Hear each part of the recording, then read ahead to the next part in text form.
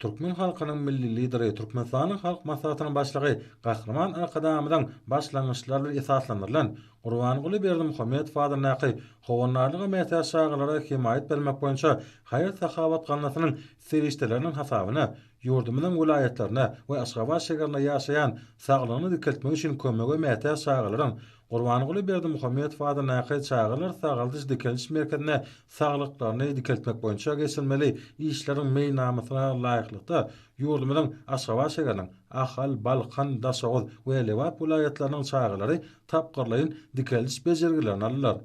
Şu günler bolsa ýurdumyň Mary vilayetiniň saglygyny dikeltmek üçin kömege mätäç çagylary Arkadaş şeheriniň inäniň we çaganyň saglygyny goraýyş merkezine ýatymlaýyn bejergi alyp Gurbanyguly Berdimuhammedow adly näki çagylar sagaldyş dikeliş merkezine dikeliş bejergilerini alýarlar.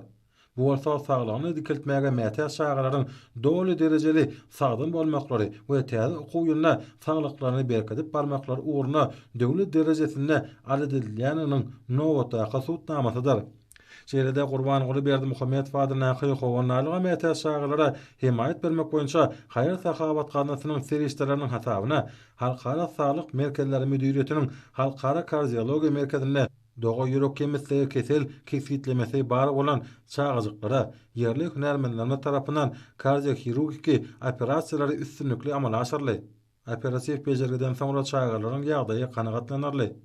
Doga ýürek kemikleri kesel kesitlemesi bar bolan Balkan, Lewap we Mary vilayetleriniň ýaşaýjylaryna kardiohirurgiki operasiýasy üstünlikli yerli hünärmenler tarapyndan amala aşyrly.